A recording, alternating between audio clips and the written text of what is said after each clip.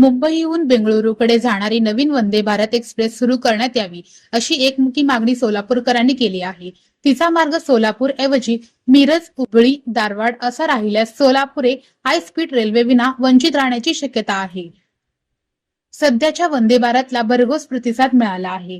ती मुंबई सोलापूर या मार्गावर धावते। सोलापूर हे महाराष्ट्र, कर्नाटक, आंध्र प्रदेश, तेलंगणा राज्याला जोडणारे जंक्शन आहे।